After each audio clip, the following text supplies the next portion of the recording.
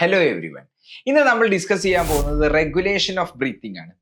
നമുക്കറിയാം, നിങ്ങളൊരു ക്ലാസ് റൂമിൽ ഇരിക്കുന്ന സമയത്ത് നോർമലി നിങ്ങൾ ബ്രീത്ത് ചെയ്യുകയാണെന്നുണ്ടെങ്കിൽ നമ്മുടെ ബ്രീത്തിങ് റേറ്റ് അല്ലെങ്കിൽ ബ്രീത്തിങ് റിതം എന്ന് പറയുന്നത് ഒരു മിനിറ്റിൽ നമ്മൾ 12 മുതൽ 16 തവണ അല്ലേ ടൈംസ് ബ്രീത്ത് ചെയ്യും. ഒരു മിനിറ്റിൽ ബ്രീത്ത് ചെയ്യുന്ന കാര്യമാണ് നമ്മൾ പറയുന്നത് അല്ലേ.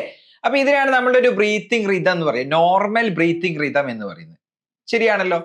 അപ്പോ ഈ ബ്രീത്തിങ് റിതം എങ്ങനെയാണ് നമ്മളുടെ ബോഡിയിൽ റെഗുലേറ്റ് ചെയ്യുന്നത് എന്നാണ് നമുക്ക് പഠിക്കാനുള്ളത്.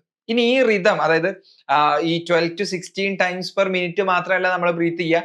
നമ്മൾ ഫിസിക്കലി സ്ട്രെണേഴ്സ് ആയിട്ടുള്ള ഒരു ആക്ടിവിറ്റി ചെയ്യാൻ തുടങ്ങുമ്പോൾ, ഓടാൻ തുടങ്ങുമ്പോഴോ അല്ലെങ്കിൽ സ്റ്റെപ്പ് കയറുമ്പോഴോ ഫുട്ബോൾ കളിക്കുകയാണെങ്കിലോ ഒക്കെ നമ്മളുടെ ബ്രീത്തിങ് റേറ്റ് അതിനനുസരിച്ച് കൂടുന്നുണ്ട് അല്ലേ. അപ്പൊ ആ ബ്രീത്തിങ് റേറ്റ് കൂട്ടുന്നത് ആരാണ്, എന്തിന്റെ അടിസ്ഥാനത്തിലാണ്, എപ്പോഴാണ് ബോഡിക്ക് മനസ്സിലാവുന്നത് ബ്രീത്തിങ് റേറ്റ് കൂട്ടാനായിട്ടുണ്ട് എന്നുള്ള കാര്യങ്ങളൊക്കെയാണ് നമ്മൾ ഡിസ്കസ് ചെയ്യുന്നത്. അപ്പൊ NCERT പറയുന്ന കോൺസെപ്റ്റുകളിലേക്ക് കടക്കുന്നതിന്റെ മുന്നേ ഞാൻ നിങ്ങളോട് ഒരു കാര്യം പറയട്ടെ. ഈ റെസ്പിറേഷൻ അഥവാ ബ്രീത്തിങ്ങിന്റെ ഒരു പ്രത്യേകത എന്ന് പറയുന്നത്, ബ്രീത്തിങ്ങിനെ നമുക്ക് രണ്ട് രീതിയിലും കൺട്രോൾ ചെയ്യാൻ പറ്റും. അതായത് നമുക്ക് വോളണ്ടറി കൺട്രോളും ഉണ്ട്, ഇൻവോളണ്ടറി കൺട്രോളും ഉണ്ട്. അതായത് ഇപ്പൊ ഞാനൊരു ഉദാഹരണം പറയുകയാണെന്നുണ്ടെങ്കിൽ, ബ്രീത്തിങ് എനിക്ക് സ്റ്റോപ്പ് ചെയ്യണമെന്നുണ്ടെങ്കിൽ, കുറച്ച് സമയത്തേക്ക് എനിക്ക് സ്റ്റോപ്പ് ചെയ്യണമെന്നുണ്ടെങ്കിൽ എനിക്ക് ബ്രീത്ത് ചെയ്യാതിരിക്കാം. നിങ്ങൾക്കൊക്കെ അത് പറ്റുന്നില്ലേ? യെസ്. പക്ഷെ അപ്പൊ അതിന്റെ മീനിങ് എന്താ, നമുക്ക് ഒരു വോളണ്ടറി കൺട്രോൾ ഓവർ റെസ്പിറേഷൻ അല്ലെങ്കിൽ ബ്രീത്തിങ്ങിന് നമുക്ക് ഒരു വോളണ്ടറി കൺട്രോൾ ഉണ്ട് എന്നാണ്. ഇനി നിങ്ങൾ അതുപോലെ നിങ്ങളുടെ ഒരു ഹൃദയം അല്ലെങ്കിൽ ഹാർട്ട് ബീറ്റ് നിങ്ങൾക്ക് ഒന്ന് സ്റ്റോപ്പ് ചെയ്യാൻ പറ്റുമോ എന്ന് ചോദിച്ചാൽ തീർച്ചയായിട്ടും പറ്റില്ല. കാരണം അത് നിങ്ങളുടെ കൺട്രോളിലല്ല. അപ്പൊ അതിന്റെ മുകളിലുള്ള കൺട്രോൾ എന്ന് പറയുന്നത് ഇൻവോളണ്ടറി കൺട്രോൾ ആണ്. ശരിയല്ലേ? നിങ്ങളുടെ ഇഷ്ടത്തിനനുസരിച്ച് ഹാർട്ട് സ്റ്റോപ്പ് ചെയ്യാൻ പറ്റുമോ? ഇല്ല. പക്ഷേ നിങ്ങൾ എല്ലായ്പ്പോഴും നിങ്ങൾ അറിഞ്ഞിട്ട് വോളണ്ടറി ആയിട്ടാണോ ബ്രീത്ത് ചെയ്തുകൊണ്ടിരിക്കുന്നത്? ഒരിക്കലും അല്ല അല്ലെ. അപ്പൊ ഈ ബ്രീത്തിങ്ങിന്റെ പ്രത്യേകത, ഇൻവോളണ്ടറി ആയിട്ടുള്ള കൺട്രോൾ ഉണ്ട്, നിങ്ങൾക്ക് വോളണ്ടറി ആയിട്ട് വേണമെങ്കിലും കൺട്രോൾ ചെയ്യാം എന്നുള്ളതാണ്. ക്ലിയർ ആണല്ലോ. അപ്പം ഈ ഇൻവോളണ്ടറി കൺട്രോൾസ് കൺട്രോൾ ചെയ്യുന്നത് മെഡുല്ല പോൺസ് റീജിയൻസിലുള്ള കുറച്ച് സെന്റേഴ്സ് ആണ്. ആൻഡ് വോളണ്ടറി കൺട്രോൾ ചെയ്യുന്നത് കോർട്ടെക്സ് റീജിയനിലുള്ള കുറച്ച് സെന്റേഴ്സ് ആണ്. അപ്പൊ നമ്മൾ ഈ NCERT പഠിക്കാനുള്ള ഈ ബ്രീത്തിങ്ങിന്റെ റെഗുലേഷൻ എന്ന് പറയുന്നത് എന്ത് കൺട്രോൾ മാത്രമാണ്? ഇൻവോളണ്ടറി കൺട്രോള് മാത്രമാണ്. വോളണ്ടറി കൺട്രോൾ നമ്മൾ ഡിസ്കസ് ചെയ്യുന്നില്ല. ക്ലിയർ ആണല്ലോ. അപ്പൊ ഇൻവോളണ്ടറി ആയിട്ട് ഈ ഒരു breathing rhythm normal breathing rate അല്ലെങ്കിൽ നമ്മുടെ ബോഡിക്ക് വേണ്ട റിതം മെയിൻറ്റെയിൻ ചെയ്യുന്ന സെന്റേഴ്സ്, നമുക്ക് 3 സെന്റേഴ്സിനെയാണ് പരിചയപ്പെടാനുള്ളത്. അപ്പൊ ആദ്യം എവിടെയാണ് ഈ സെന്റേഴ്സ് ഉള്ളത് എന്നുള്ളത് നമുക്ക് അറിയണം. സോ നമുക്ക് നോക്കാം. ഇതാണ് നമ്മുടെ ബ്രെയിൻ. ഓക്കെ, ബ്രെയിനിന്റെ ഈ കാണിച്ച ഭാഗമാണ് പോൺസ് എന്ന് പറയുന്നത്. So this is pons. And ഈ കാണുന്ന ഭാഗമാണ് മെഡുല്ല എന്ന് പറയുന്നത്. നമ്മൾ മെഡുല്ല ഒബ്ലോങ്കോട്ട എന്നൊക്കെ പറയും അല്ലേ. ഇതാണ് മെഡുല്ല എന്ന് പറയുന്നത്. So this is medulla. അപ്പൊ ഈ മെഡുല്ലയും പോൺസും അടങ്ങിയ ഇത്രയും ഭാഗത്തിനെയാണ് നമ്മൾ ബ്രെയിൻ സ്റ്റെം എന്ന് പറയും. അപ്പൊ ഈ ബ്രെയിൻ സ്റ്റെം ഞാൻ ഇങ്ങോട്ടേക്ക് മാറ്റി വരയ്ക്കുകയാണ്. So this is the brain stem. അപ്പൊ ബ്രെയിൻ സ്റ്റെമ്മിലെ ഈ റീജിയനെയാണ് നമ്മൾ പോൺസ് എന്ന് പറയുന്നത്. So this is the pons region. ഇതാണ് പോൺസ്. ആൻഡ് താഴെ കാണുന്ന ഈ റീജിയൻ ആണ് മെഡുല്ല എന്ന് പറയുന്ന റീജിയൻ. താഴെ കാണുന്ന ഈ ഭാഗമാണ് മെഡുല്ല. ഓക്കെ, അപ്പം ഈ 2 റീജിയൻസ് വളരെയധികം ഇമ്പോർട്ടന്റ് ആണ് എന്നുള്ളത് നമ്മൾ മനസ്സിലാക്കണം. അപ്പൊ ആദ്യമായിട്ടുള്ള സെന്റർ എന്ന് പറയുന്നത്, നമ്മളുടെ ബ്രീത്തിങ്ങിനെ റെഗുലേറ്റ് ചെയ്യുന്ന ഏറ്റവും മേജർ ആയിട്ടുള്ള ആള്, റിതം മെയിൻറ്റെയിൻ ചെയ്യുന്ന ആൾ എന്ന് പറയുന്നത് റെസ്പിറേറ്ററി റിതം സെന്റർ ആണ്. റെസ്പിറേറ്ററി റിതം സെന്റർ മെഡുല്ലയിലാണ് നമുക്ക് കാണാൻ സാധിക്കുക. അപ്പൊ ഇവിടെ ഒരു സെന്റർ ഉണ്ട്. ഈ സെന്ററിന്റെ പേരാണ് respiratory rhythm centre. Respiratory rhythm centre. Okay, അപ്പൊ ഈ റെസ്പിറേറ്ററി റിതം സെന്റർ ആണ് എല്ലാ നമ്മുടെ ബ്രീത്തിങ്ങിന്റെ റേറ്റും കൺട്രോൾ ചെയ്യുന്നത്. നമ്മുടെ ബ്രീത്തിങ് റേറ്റ് കൂട്ടണമെങ്കിലും കുറയ്ക്കണമെങ്കിലും ഒക്കെ ആരാണ് കൺട്രോൾ ചെയ്യുന്നത്? റെസ്പിറേറ്ററി റിതം സെന്റർ ആണ്. അപ്പൊ സ്വാഭാവികമായിട്ടും ഇത് ബ്രെയിനിന്റെ അകത്തുള്ള ഒരു റീജിയൻ ആണ്. ശരിയല്ലേ? അപ്പൊ ഈ റീജിയനിൽ എങ്ങനെയായിരിക്കും ബ്രീത്തിങ് റേറ്റ് കൺട്രോൾ ചെയ്യുക? നമ്മുടെ ബ്രീത്തിങ് എത്ര തവണ ബ്രീത്ത് ചെയ്യണം എന്നുള്ളത് എങ്ങനെയായിരിക്കും ഈ ഒരു സെന്റർ കൺട്രോൾ ചെയ്യുക? തീർച്ചയായിട്ടും നെർവ് ഇമ്പൾസുകൾ ജനറേറ്റ് ചെയ്തിട്ടായിരിക്കും. അപ്പൊ നമ്മൾ മെക്കാനിസം ഓഫ് ബ്രീത്തിങ്ങിൽ പഠിച്ചിട്ടുണ്ട്, നമ്മളുടെ തൊറാസിക് ക്യാവിറ്റിയിലെ വോളിയം കൂടുമ്പോഴാണ് ഇൻസ്പയർ ചെയ്യുന്നത്, കുറയുമ്പോഴാണ് എക്സ്പയർ ചെയ്യുന്നത് പഠിച്ചിട്ടില്ലേ? അതിന് സഹായിക്കുന്ന രണ്ട് മസിൽസ് ഉണ്ടെന്ന് പഠിച്ചിട്ടുണ്ടല്ലോ, external intercostal muscles and diaphragm. ശരിയല്ലേ? ഈ മസിൽസ് കൺട്രാക്ട് ചെയ്യുമ്പോഴല്ലേ നമുക്ക് ബ്രീത്ത് ചെയ്യാൻ പറ്റുന്നത്. യെസ്, അങ്ങനെയാണെന്നുണ്ടെങ്കിൽ ഈ റെസ്പിറേറ്ററി റിതം സെന്റർ ചെയ്യുന്നത് എന്താണെന്ന് വെച്ചാൽ ഇതാണല്ലോ നമ്മളുടെ എക്സ്റ്റേണൽ ഇന്റർകോസ്റ്റൽ മസിൽസും ഡയഫ്രവും. This is external intercostal muscles. ശരിയാണല്ലോ? യെസ്, എക്സ്റ്റേണൽ ഇന്റർകോസ്റ്റൽ മസിൽസ് ആണ് നമ്മൾ ഇവിടെ കാണുന്നത്.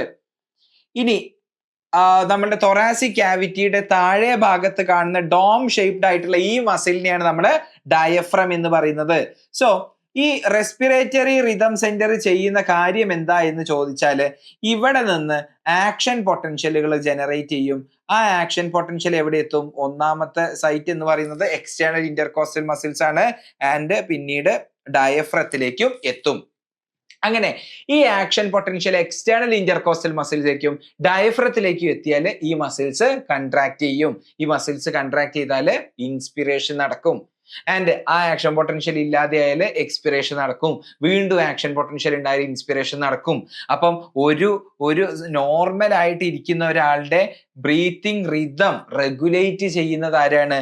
റെസ്പിറേറ്ററി റിതം സെന്റർ ആണ്. ആക്ഷൻ പൊട്ടൻഷ്യൽ 12 തൊട്ട് 16 തവണ ഇങ്ങനെ ഉണ്ടാക്കിയാൽ മതി. ശരിയല്ലേ? അപ്പൊ അയാൾ നോർമലി ബ്രീത്ത് ചെയ്തോളും. ക്ലിയർ ആണോ കാര്യം? അപ്പം റെസ്പിറേറ്ററി റിതം സെന്റർ ആണ് നമ്മളുടെ റെസ്പിറേറ്ററി റിതം മെയിൻറ്റെയിൻ ചെയ്യുന്ന ആള്, അല്ലെങ്കിൽ മാസ്റ്റർ എന്ന് പറയുന്നത്. ഇത് നിങ്ങൾ ഓർക്കണം, മാസ്റ്റർ ഇങ്ങേരാണ്. ക്ലിയർ ആണല്ലോ? ഇനി നമുക്ക് അടുത്ത റിതം സെന്റർ അല്ലെങ്കിൽ അടുത്ത റെഗുലേറ്റ് ചെയ്യുന്ന സെന്ററിനെയാണ് പഠിക്കാനുള്ളത്. അത് പോൺസ് റീജിയനിലുള്ള ഒരു സെന്റർ ആണ്. പോൺസ് റീജിയനിൽ ഒരു സെന്റർ ഉണ്ട്. ഈ സെന്ററിന്റെ പേരാണ് ന്യൂമോടാക്സിക് സെന്റർ. Pneumotaxic centre. അപ്പൊ ഈ ന്യൂമോടാക്സിക് സെന്റർ എവിടെയാണ് ഉള്ളതെന്ന് ചോദിച്ചാൽ പോൺസ് ആണ്. അപ്പൊ അത് എങ്ങനെ നമുക്ക് ഓർത്ത് വെക്കാൻ പറ്റും? പോൺസും പിയിലാണ് സ്റ്റാർട്ട് ചെയ്യുന്നത്, ന്യൂമോടാക്സിക് സെന്ററും പിയിലാണ് സ്റ്റാർട്ട് ചെയ്യുന്നത്. അപ്പം ഈ സെന്ററിന്റെ റോൾ എന്താന്ന് ചോദിച്ചാൽ ഈ സെന്ററിൽ നിന്നുള്ള ആക്ഷൻ പൊട്ടൻഷ്യൽ അല്ലെങ്കിൽ ഇൻഫർമേഷൻ എങ്ങോട്ടേക്ക് എത്തുന്നുണ്ട്?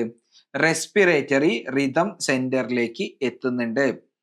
റെസ്പിറേറ്ററി റിതം സെന്ററിലേക്ക് ഈ പോൺസിലുള്ള ന്യൂമോടാക്സിക് സെന്ററിന് ഒരു ഇൻഫർമേഷൻ കൊടുക്കാൻ സാധിക്കും. ആ ഇൻഫർമേഷൻ കിട്ടിയാൽ റെസ്പിറേറ്ററി റിതം സെന്റർ നമ്മളുടെ ഡ്യൂറേഷൻ ഓഫ് ഇൻസ്പിറേഷൻ കുറയ്ക്കുന്നുണ്ട്. അതായത് ന്യൂമോടാക്സിക് സെന്ററിൽ നിന്നുള്ള ഇൻഫർമേഷൻ കിട്ടിയാൽ ഡ്യൂറേഷൻ ഓഫ് ഇൻസ്പിറേഷൻ കുറയ്ക്കുന്നുണ്ട്. ഡ്യൂറേഷൻ ഓഫ് ഇൻസ്പിറേഷൻ കുറയുന്നുണ്ട്. ഡ്യൂറേഷൻ ഓഫ് ഇൻസ്പിറേഷൻ കുറയും. നോക്ക്, നമ്മള് ഒരു ക്ലാസ് റൂമിൽ ഇരിക്കുമ്പോൾ നോർമലി ബ്രീത്ത് ചെയ്യാന്ന് വിചാരിക്കാം. നമ്മളെങ്ങനെ ബ്രീത്ത് ചെയ്യുക?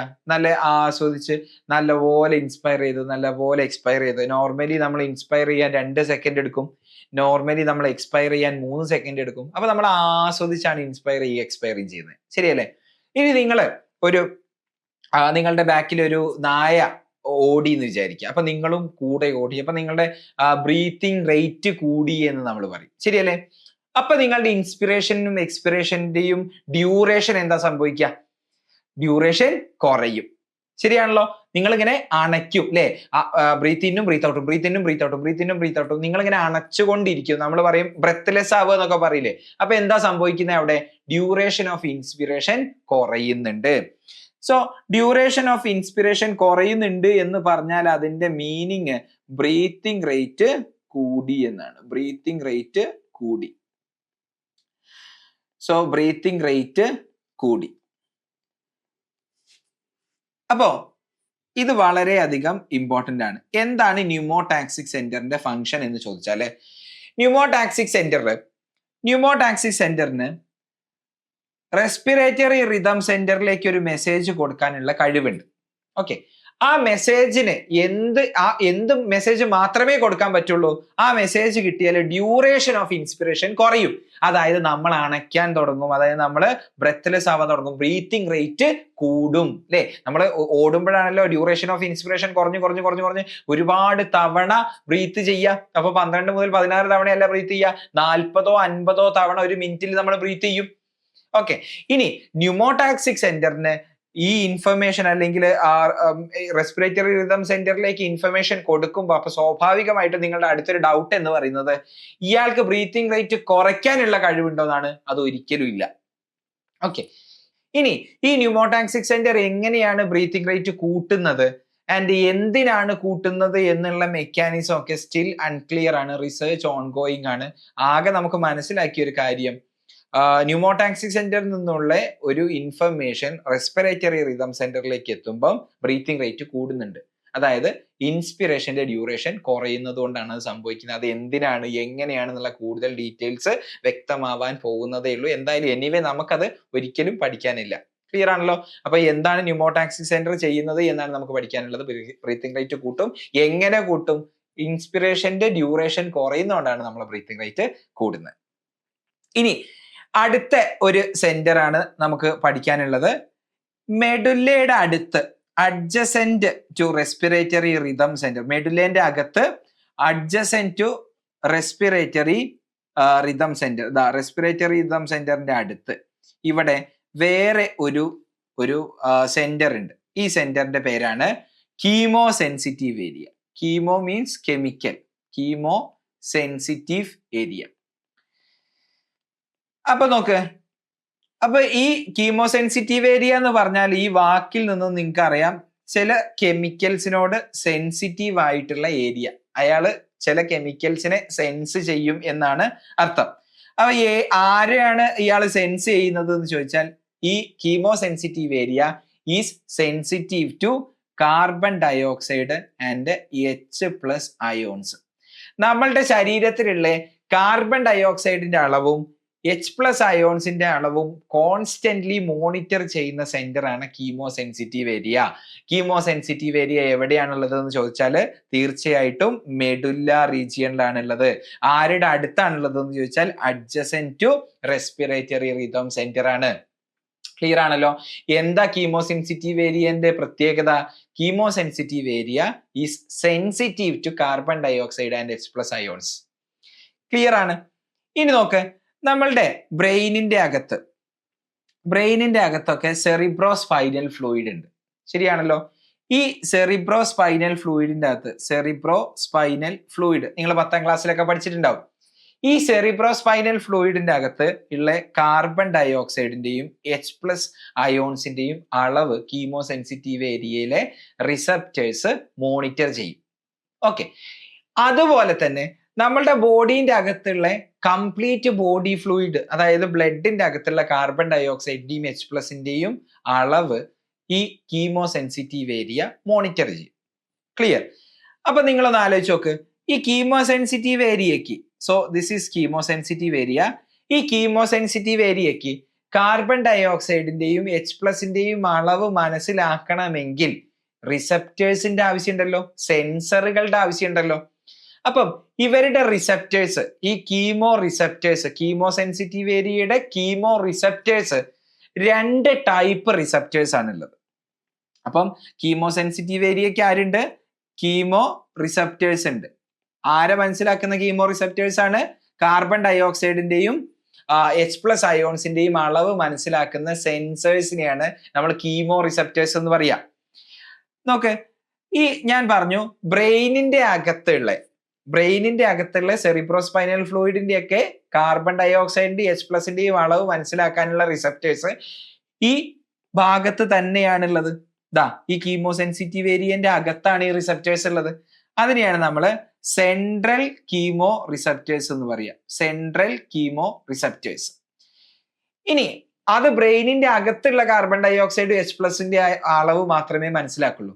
ഇനി ത്രൂ ഔട്ട് നമ്മളുടെ ബ്ലഡിന്റെ അകത്തുള്ള കാർബൺ ഡയോക്സൈഡും അതുപോലെ തന്നെ H+ അയോൺസിന്റെയും അളവ് മനസ്സിലാക്കണം എന്നുണ്ടെങ്കിൽ ബ്രെയിനിന്റെ അകത്തല്ല ഈ റിസപ്റ്റേഴ്സ് ഉള്ളത്, എവിടെയും കൂടെ ഉണ്ട്, ബ്രെയിനിന്റെ പുറത്തും കൂടെ ഉണ്ട്. ആ കീമോ റിസപ്റ്റേഴ്സിനെയാണ് നമ്മൾ പെരിഫറൽ കീമോ റിസപ്റ്റേഴ്സ് എന്ന് പറയുന്നത്. പെരിഫറൽ കീമോ റിസപ്റ്റേഴ്സ് എന്ന് പറയുന്നത്. അപ്പൊ ക്ലിയർ ആണോ? അതായത് കീമോ സെൻസിറ്റീവ് ഏരിയക്ക് കീമോ റിസപ്റ്റേഴ്സ് ഉണ്ട്. എന്തിനു വേണ്ടിയിട്ടാ? കാർബൺ ഡയോക്സൈഡിന്റെയും H+ന്റെയും അളവ് മനസ്സിലാക്കാൻ വേണ്ടിയിട്ട്. അത് എവിടെയൊക്കെ ഉണ്ട്? ബ്രെയിനിന്റെ അകത്തും ഉണ്ട്. അതായത് മെഡുല്ല റീജിയന്റെ അകത്തുമുണ്ട് ആൻഡ് ബോഡിക്ക് അതായത് ബ്രെയിനിന്റെ പുറത്തുമുണ്ട്. പുറത്തുള്ളത് ആരെയും മോണിറ്റർ ചെയ്യുന്നത്? കാർബൺ ഡൈ ഓക്സൈഡ് H+ തന്നെയാണ് മോണിറ്റർ ചെയ്യുന്നത്. പക്ഷെ ബ്ലഡിന്റെ അകത്തുള്ള കാർബൺ ഡൈ ഓക്സൈഡും അതുപോലെ H+ അയോൺസും ആണ് മോണിറ്റർ ചെയ്യുന്നത്. അപ്പം സെൻട്രൽ കീമോ റിസപ്റ്റേഴ്സ് എവിടെയുള്ളത് എന്ന് ഞാൻ പറഞ്ഞു. ഇനി നമ്മൾ ഡിസ്കസ് ചെയ്യാൻ പോകുന്നത് എന്താ?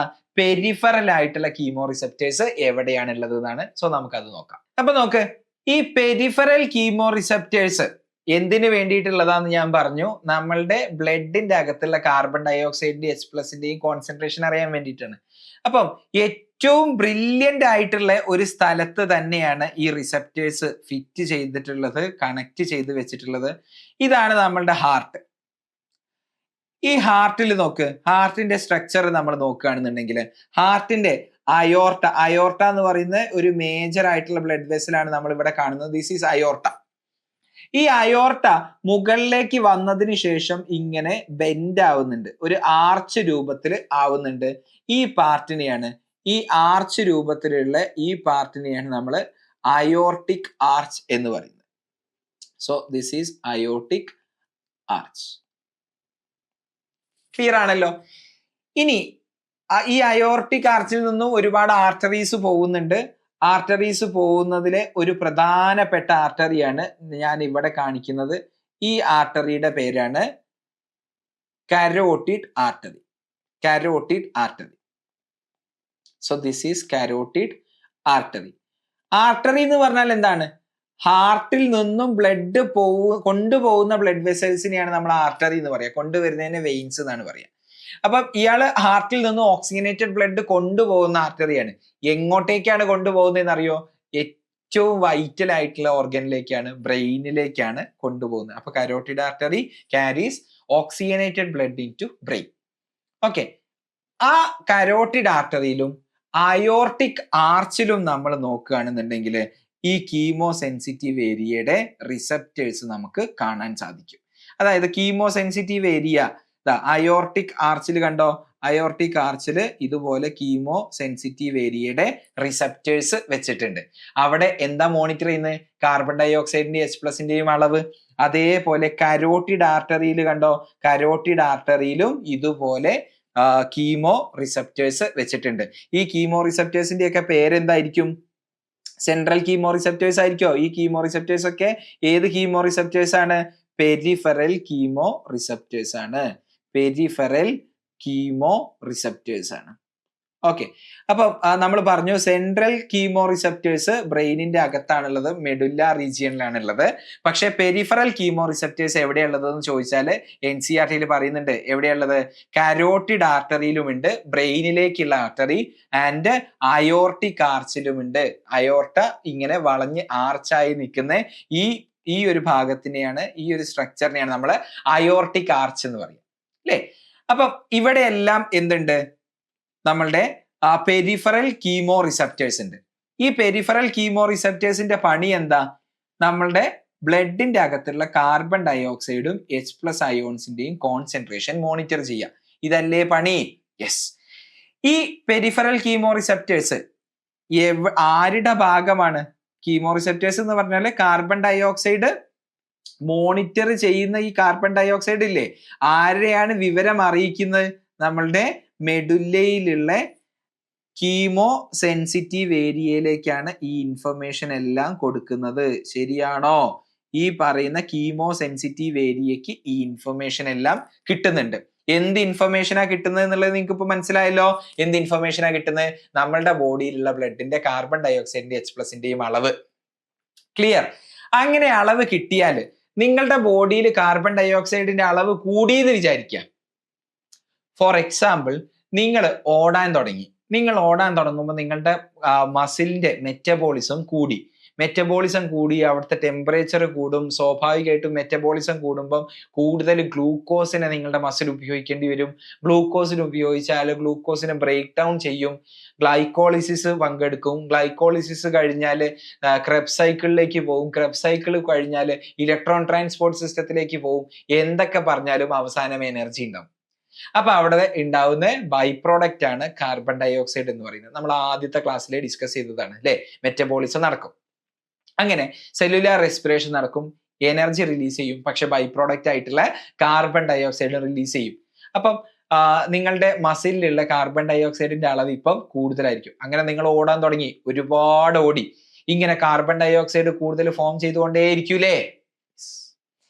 അപ്പൊ നോക്ക്, ഈ കാർബൺ ഡൈ ഓക്സൈഡ് എന്ന് പറയുന്ന ഒരു ഹാംഫുൾ ഗ്യാസ് അല്ലേ?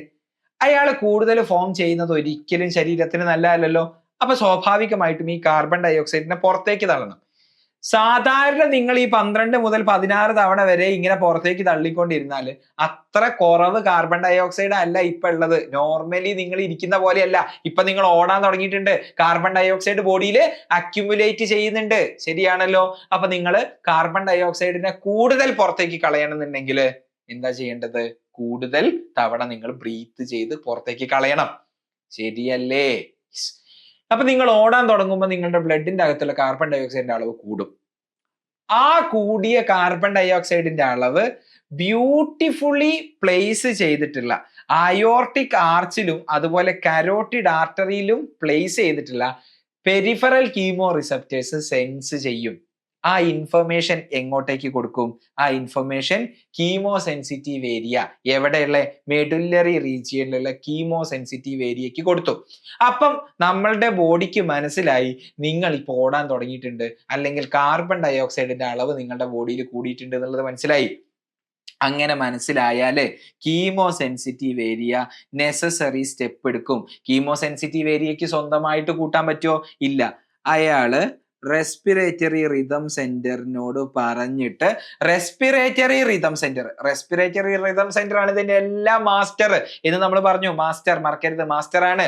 അപ്പൊ റെസ്പിറേറ്ററി റിതം സെന്ററിനോട് പറഞ്ഞു കാർബൺ ഡൈ ഓക്സൈഡ് കൂടിയിട്ടുണ്ട്, അതുകൊണ്ട് നമ്മൾ കൂടുതൽ ബ്രീത്ത് ചെയ്യണം. അപ്പം റെസ്പിറേറ്ററി റിതം സെന്റർ പറയും ഓക്കെ, നമ്മൾ കൂടുതൽ ബ്രീത്തിങ് കൂട്ടാം. എങ്ങനെ കൂട്ടാൻ പറ്റും? ഈ എക്സ്റ്റേണൽ ഇന്റർകോസ്റ്റൽ മസിൽസിന്റെയും ഡയഫ്രത്തിന്റെയും കൺട്രാക്ഷൻ കൂട്ടിയാൽ പോരെ, ശരിയല്ലേ? അപ്പൊ ഇങ്ങനെയാണ് നമ്മളെ ബ്രീത്തിങ് റെഗുലേറ്റ് ചെയ്യുന്നത്. അപ്പൊ നമ്മൾ ഈ പറഞ്ഞ ഇത്രയും പോയിന്റ് എന്താന്ന് ചോദിച്ചാല്, നമ്മൾ നോർമലി 12 മുതൽ 16 തവണയാണ് ബ്രീത്ത് ചെയ്യുന്നത്. അത് കൺട്രോൾ ചെയ്യുന്നത് ആരാണ്? Respiratory rhythm centre present in medulla. ഈ രണ്ടാമത്തെ റീജിയൻ ആണ് പോൺസ് റീജിയനിലുള്ള pneumotaxic centre. Pneumotaxic centre respiratory rhythm സെന്ററിനെ ഇൻഫർമേഷൻ കൊടുക്കുന്നത് ഇൻസ്പിറേഷൻ കുറയ്ക്കാൻ വേണ്ടിയിട്ടാണ്, ഡ്യൂറേഷൻ ഓഫ് ഇൻസ്പിറേഷൻ കുറയ്ക്കാൻ വേണ്ടിയിട്ടാണ്. ദാറ്റ് മീൻസ് ബ്രീത്തിങ് റേറ്റ് കൂട്ടുകയാണ് ചെയ്യുന്നത് ഫോർ സം റീസൺ. അത് നമുക്ക് അറിയില്ല, ശരിയല്ല, നമുക്ക് ക്ലാരിറ്റി ഇല്ലാത്ത കാര്യമാണ്. ആൻഡ് ഇനി അടുത്ത സെന്റർ ആണ് chemo sensitive area. Chemo sensitive area എവിടെയുള്ളത് എന്ന് ചോദിച്ചാൽ, കീമോ സെൻസിറ്റീവ് ഏരിയ മെഡുല്ലയിലാണ് ഉള്ളത്, റെസ്പിറേറ്ററി റിതം സെന്ററിന്റെ അടുത്താണുള്ളത്. ഇയാൾ എന്താണ്? Sensitive to carbon dioxide and H+ ions ആണ്. അപ്പൊ സ്വാഭാവികമായിട്ടും കീമോ റിസപ്റ്റേഴ്സ് ഈ ആൾക്ക് വേണം. 2 ടൈപ്പ് കീമോ റിസപ്റ്റേഴ്സ് ഉണ്ട്. ബ്രെയിനിന്റെ അകത്ത് തന്നെ, മെഡുല്ലേന്റെ അകത്ത് തന്നെ, ഈ സെന്ററിന്റെ അകത്ത് തന്നെ കീമോ റിസപ്റ്റേഴ്സ് ഉണ്ട്. That chemo receptors are called central chemo receptors. അത് ബ്രെയിനിന്റെ അകത്തുള്ള എക്സ്ട്രാ സെല്ലുലാർ ഫ്ലൂയിഡ്, സെറിബ്രോസ്പൈനൽ ഫ്ലൂയിഡിന്റെ ഒക്കെ അകത്തുള്ള carbon dye oxide H+1 monitor ചെയ്യുക. അപ്പം ബ്രെയിനിന്റെ അകത്തുള്ള കാർബൺ ഡൈ ഓക്സൈഡിന്റെ കാര്യം അളവ് ആ ആള് നോക്കും, സെൻട്രൽ റിസപ്റ്റേഴ്സ് നോക്കും. ഇനി രണ്ടാമത്തെ ടൈപ്പ് റിസപ്റ്റേഴ്സ് ആണ് peripheral chemo receptors. Peripheral chemo receptors എന്താ ചെയ്യുന്നത് എന്ന് ചോദിച്ചാൽ, ബ്ലഡിലുള്ള, നമ്മുടെ സർക്കുലേഷനിലുള്ള ബ്ലഡിന്റെ അകത്തുള്ള carbon dye oxide H+1 monitor ചെയ്യുന്നത്. അപ്പം അത് എവിടെ മോണിറ്റർ ചെയ്യുക? അപ്പൊ ആ ഒരു കീമോ റിസപ്റ്റേഴ്സ് എവിടെ പ്ലേസ് ചെയ്യണം എന്ന് ചോദിച്ചാൽ, പ്ലേസ് ചെയ്യേണ്ട പ്രോപ്പർ സ്ഥലത്താണ് പ്ലേസ് ചെയ്തിട്ടുള്ളത്. എവിടെയാണ്? ഏറ്റവും മേജർ ആർട്ടറി ആയിട്ടുള്ള അയോർട്ടന്റെ ആർച്ചിലാണ് പ്ലേസ് ചെയ്തത്. പിന്നെ ഏറ്റവും മേജർ ആർട്ടറി ആയിട്ടുള്ള ബ്രെയിനിലേക്കുള്ള ആർട്ടറി, കരോട്ടിഡ് ആർട്ടറിയിലുമാണ് ഈ റിസപ്റ്റേഴ്സ് പ്ലേസ് ചെയ്തത്. അപ്പൊ ഈ റിസപ്റ്റേഴ്സ് ഇമ്പൾസുകൾ എങ്ങോട്ടേക്ക് കൊടുക്കും? കീമോ സെൻസിറ്റീവ് ഏരിയ, മെഡുല്ലയിലുള്ള കീമോ സെൻസിറ്റീവ് ഏരിയയിലേക്ക് കൊടുക്കും. കാർബൺ ഡൈ ഓക്സൈഡ് അളവ് കൂടുതലാണെന്നുണ്ടെങ്കിൽ നമ്മളെ chemo sensitive area respiratory rhythm സെന്ററിന്റെ സഹായത്തോടു കൂടി ബ്രീത്തിങ് റേറ്റ് കൂട്ടും. അപ്പം ഇതെല്ലാം പഠിച്ചപ്പോൾ നിങ്ങൾക്ക് ഒരു കാര്യം മനസ്സിലായിട്ടുണ്ടാവും. നമ്മളുടെ ബോഡിയിലെ ഓക്സിജന്റെ അളവ് കുറയുന്നതല്ല ബോഡി മോണിറ്റർ ചെയ്യുന്നത്. എന്താണ്? കാർബൺ ഡൈ ഓക്സൈഡിന്റെ അളവ് കൂടുന്നതാണ്. അതായത് നിങ്ങൾ കുറച്ചു നേരം ബ്രീത്ത് ഹോൾഡ് ചെയ്ത് പിടിച്ചു എന്ന് വിചാരിക്കുക. അതായത് നമ്മൾ ഒരു എന്താ പറയാ, ശ്വാസം എത്ര സമയം നമുക്ക് പിടിച്ചു വെക്കാൻ പറ്റും എന്നുള്ള ഒരു മത്സരം നടത്തി. അങ്ങനെയാണെന്നുണ്ടെങ്കിൽ എനിക്കിപ്പോൾ മാക്സിമം ഒരു 55 സെക്കൻഡ് 57 സെക്കൻഡ് ഒക്കെയാണ് പിടിച്ചു വെക്കാൻ പറ്റുക. ഓക്കെ, ഇനി നിങ്ങൾക്ക് ഏറ്റവും കൂടുതൽ സമയം, എന്നെക്കാട്ടിലും കൂടുതൽ സമയം പിടിച്ചു വെക്കാൻ പറ്റും എന്നുള്ളൊരു മത്സരം നമ്മൾ നടത്താമെന്ന് വിചാരിക്കാം. ഞാൻ ബ്രീത്ത് ഹോൾഡ് ചെയ്യാൻ തുടങ്ങി. ഓക്കെ, ഇപ്പൊ ഞാൻ ഓക്സിജൻ അകത്തേക്ക് എടുക്കുന്നില്ല. അപ്പോ ഞാൻ എടുത്ത ഈ ഓക്സിജൻ വെച്ചിട്ട് എൻ്റെ ബോഡിയിലുള്ള എൻ്റെ സെൽസ് ഇപ്പോഴും സെല്ലുലാർ റെസ്പിറേഷൻ നടത്തിക്കൊണ്ടിരിക്കുന്നുണ്ട്. കാർബൺ ഡയോക്സൈഡ് ബോഡിയിൽ അക്യുമുലേറ്റ് ചെയ്യുന്നുണ്ട്. ശരിയാണ്, ഓക്സിജൻ പുറത്തുനിന്ന് അകത്തേക്ക് എത്തുന്നില്ല. അത് ഓക്കെ. ഇനി കുറച്ച് കഴിയുമ്പം ഞാൻ പറഞ്ഞു എനിക്കൊരു 55 സെക്കൻഡ് ഒക്കെ പറ്റാന്ന്. ഒരു 50 സെക്കൻഡ് ഒക്കെ ആവാൻ തുടങ്ങുമ്പം എനിക്ക് ശ്വാസം വലിക്കണം എന്നുള്ള ഭയങ്കരമായിട്ടുള്ള ഒരു ടെൻഡൻസി ഉണ്ടാവുമല്ലോ. അതിനുള്ള കാരണം ഓക്സിജന്റെ അളവ് കുറയുന്നത് കൊണ്ടല്ല എന്നാ ഞാൻ പറഞ്ഞേ. കാരണം ഓക്സിജന്റെ അളവിനെ അല്ല നമ്മുടെ ബോഡി മോണിറ്റർ ചെയ്യുന്നത്. എന്തിനെയാണ്? കാർബൺ ഡയോക്സൈഡിന്റെ കൂടലിനെയാണ് നമ്മളുടെ ബോഡി മോണിറ്റർ ചെയ്തുകൊണ്ടിരിക്കുന്നത്. അപ്പൊ സ്വാഭാവികമായിട്ട് ഓക്സിജന്റെ അളവ് കുറയുമ്പോൾ കാർബൺ ഡയോക്സൈഡിന്റെ അളവ് ബോഡിയിൽ കൂടുന്നില്ലേ? ആ കൂടുന്ന കാർബൺ ഡയോക്സൈഡിന്റെ അളവിനെയാണ് നമ്മളുടെ ബോഡിയിൽ മോണിറ്റർ ചെയ്തുകൊണ്ടിരിക്കുന്നത്. അതിനനുസരിച്ചാണ് നമുക്ക് ബ്രീത്ത് ചെയ്യാനുള്ള ടെൻഡൻസി ഉണ്ടാവുന്നത്. ആൻഡ് അവസാനം 56 സെക്കൻഡ് ആവുമ്പം നമ്മളൊരു ഒറ്റ ബ്രീത്തിങ് എടുക്കുന്നില്ലേ? അത് ആര് കാരണമാണ്? റെസ്പിറേറ്ററി റിതം സെന്റർ ആണ് നമ്മളെ കൊണ്ട് ബ്രീത്ത് ചെയ്യിക്കുന്നത്. ക്ലിയർ ആണല്ലോ? അപ്പൊ ഈ പറഞ്ഞ കാര്യങ്ങളൊക്കെ നിങ്ങൾ പരീക്ഷന്റെ ആസ്പെക്റ്റിൽ പറയുകയാണെന്നുണ്ടെങ്കിൽ ഈ ഒരു ബോക്സിൽ ഞാൻ മാറ്റി വരച്ചിട്ടുണ്ട്. നമുക്കറിയാം പ്രൈമറി സെന്റർ എന്ന് പറയുന്നത് ഏറ്റവും ഇമ്പോർട്ടന്റ് ആയിട്ടുള്ള സെന്റർ ഉള്ളത് എവിടെയാണ്? മെഡുല്ലയിലാണ്. സോ ഈ ബോക്സ് ഇൻഡിക്കേറ്റ് ചെയ്യുന്നത് മെഡുല്ലയാണ്. മെഡുല്ലയിലുള്ള റെസ്പിറേറ്ററി റിതം സെന്റർ ആണ് നമ്മളുടെ ക്യാപ്റ്റൻ എന്ന് പറയുന്നത്. ഇതാണ് നമ്മളുടെ ക്യാപ്റ്റൻ. ശരിയല്ലേ? ഇയാൾക്ക് മാത്രമേ ഡയഫ്രത്തിലേക്കുള്ള ഇന്റർകോസ്റ്റൽ മസിൽസിലേക്കുള്ള ഇമ്പൾസുകൾ ജനറേറ്റ് ചെയ്യാനുള്ള കഴിവുള്ളൂ. ക്ലിയർ ആണല്ലോ? അതാണ് ഞാൻ ഈ ഒരു ഡയഗ്രത്തിലൂടെ കാണിച്ചത്. ഇനി രണ്ടാമത്തെ ഏരിയ എന്ന് പറയുന്നത് ആരാണ്? പോൺസ് റീജിയന്റെ അകത്തുള്ള ന്യൂമോടാക്സിക് സെന്റർ ആണ്. ന്യൂമോടാക്സിക് സെന്ററിന് ആകെ ഒരു കാര്യമേ ചെയ്യാൻ പറ്റുള്ളൂ, ബ്രീത്തിങ് റേറ്റ് കൂട്ടാനേ പറ്റുള്ളൂ. അപ്പം ഈ ഒരു കാര്യത്തിന്റെ അർത്ഥം എന്ന് പറഞ്ഞാല് ഞാനിവിടെ ഒരു പ്ലസ് മാർക്ക് ഇട്ടിട്ടില്ലേ? നിങ്ങൾ നോട്ട് എഴുതുമ്പോൾ ശ്രദ്ധിക്കണം. പ്ലസ് മാർക്ക് എന്ന് പറയുന്നത് എന്താ? ബ്രീത്തിങ് റേറ്റ് കൂട്ടുക. എങ്ങനെയാ ബ്രീത്തിങ് റേറ്റ് കൂട്ടുന്നത്? ബ്രീത്തിങ് റേറ്റ് കൂട്ടുന്നത് ഇൻസ്പിറേഷന്റെ ഡ്യൂറേഷൻ കുറച്ചുകൊണ്ടാണ്. അപ്പൊ രണ്ടാമത്തെ സെന്ററിന്റെ കാര്യം നമ്മൾ പറഞ്ഞല്ലോ. ഇനി chemo sensitive area. Chemo sensitive area എവിടെയാണുള്ളത്? Adjacent to respiratory rhythm centre. എവിടെ തന്നെയാണുള്ളത്? മെഡുല്ലയിൽ തന്നെയല്ലേ ഉള്ളത്? യെസ്. ഇനി കീമോ സെൻസിറ്റീവ് ഏരിയന്റെ റിസപ്റ്റേഴ്സ് എവിടെ ഉണ്ട്? കീമോ സെൻസിറ്റീവ് ഏരിയയിൽ സെൻട്രൽ റിസപ്റ്റേഴ്സ് ഉണ്ട്, അതുപോലെ പെരിഫറൽ ആയിട്ടുള്ള റിസപ്റ്റേഴ്സ് പുറത്തുണ്ട്. എവിടെയുള്ളത്? കീമോ റിസപ്റ്റേഴ്സ് അയോർട്ടിക് ആർച്ചിലും ഉണ്ട് ആൻഡ് കരോട്ടിഡ് ആർട്ടറിയിലും ഉണ്ട്. ഈ അയോർട്ടിക് ആർച്ചിലും കരോട്ടിഡ് ആർട്ടറിയിലും ഒക്കെ ഉള്ള റിസപ്റ്റേഴ്സ്, കീമോ സെൻസിറ്റീവ് ഏരിയയിലുള്ള റിസപ്റ്റേഴ്സ് ആർക്ക് ഇൻഫർമേഷൻ കൊടുക്കും? റെസ്പിറേറ്ററി റിതം സെന്ററിന് ഇൻഫർമേഷൻ കൊടുക്കും. കാർബൺ ഡയോക്സൈഡിന്റെ അളവ് കൂടുതലാണെങ്കിൽ ബ്രീത്തിങ് റേറ്റ് കൂട്ടും, കുറവാണെങ്കിൽ ബ്രീത്തിങ് റേറ്റ് കുറയ്ക്കും. ശരിയാണോ? അപ്പം കൂടുതലാണെന്നുണ്ടെങ്കിൽ കൂട്ടുകയും ചെയ്യും, ആൻഡ് കുറവാണ് എങ്കിൽ കുറയ്ക്കുകയും ചെയ്യാനുള്ള കഴിവ് കീമോ സെൻസിറ്റീവ് ഏരിയക്ക് ഉണ്ട്. അതുകൊണ്ടാണ് ഞാൻ ഈ ബ്രീത്തിങ് റേറ്റ് ഇങ്ങനെ കുറവാണെങ്കിൽ കുറവ്, കൂടുതലാണെങ്കിൽ കൂടുതൽ എന്നുള്ളത് കാണിച്ചത്. And ultimately respiratory rhythm center ആണ് ഡയഫ്രത്തിലേക്കും ഇന്റർകോസ്റ്റൽ മസിൽസിലേക്കും ഒക്കെ ഉള്ള മെസ്സേജുകൾ കൊടുക്കുന്നത്, കൺട്രാക്ഷൻ പോസിബിൾ ആക്കുന്നത്. ക്ലിയർ ആണല്ലോ? അപ്പൊ എങ്ങനെയാണ് നമ്മളുടെ ബോഡിക്ക് അകത്തുള്ള ഇൻവോളണ്ടറി ആയിട്ടുള്ള കൺട്രോൾ, ബ്രീത്തിങ്ങിലേക്കുള്ള ഇൻവോളണ്ടറി റെഗുലേഷൻ എങ്ങനെയാണ് എന്നാണ് നമുക്ക് ഈ NCERT-യിലൂടെ പഠിക്കാനുള്ളത്. സോ റെഗുലേഷൻ ഓഫ് റെസ്പിറേഷൻ എന്ന് പറഞ്ഞ ഈ ഒരു ടോപ്പിക്കിന്റെ എങ്ങനെയാണ് നമ്മളുടെ ബോഡിയിലുള്ള റെസ്പിറേഷന്റെ ബ്രീത്തിങ്ങിന്റെ റെഗുലേഷൻ എന്നുള്ളത് അടിപൊളിയായി മനസ്സിലായി എന്ന് ഞാൻ വിശ്വസിക്കുന്നു. അങ്ങനെ മനസ്സിലായിട്ടുണ്ടെന്നുണ്ടെങ്കിൽ തീർച്ചയായിട്ടും നിങ്ങൾ ഈ വീഡിയോ ഒന്ന് ലൈക്ക് ചെയ്യുക. നിങ്ങൾക്ക് ഈ വീഡിയോ ഉപകാരപ്രദമാണ് എന്ന് തോന്നുന്നുണ്ടെന്നുണ്ടെങ്കിൽ തീർച്ചയായിട്ടും നിങ്ങളുടെ ഫ്രണ്ട്സിലേക്കും ഈ വീഡിയോ ഒന്ന് എത്തിച്ചു കൊടുക്കുക. എന്തെങ്കിലും സംശയങ്ങൾ, നിങ്ങളുടെ ഈ ടോപ്പിക്കുമായിട്ട് ബന്ധപ്പെട്ട് എന്തെങ്കിലും സംശയം ബാക്കിയുണ്ടെന്നുണ്ടെങ്കിൽ നിങ്ങൾക്ക് കമന്റ് ബോക്സിലൂടെ ചോദിക്കാവുന്നതാണ്. സോ അടുത്തൊരു ക്ലാസ്സിലൂടെ നമുക്ക് വീണ്ടും കാണാം. Thanks for watching.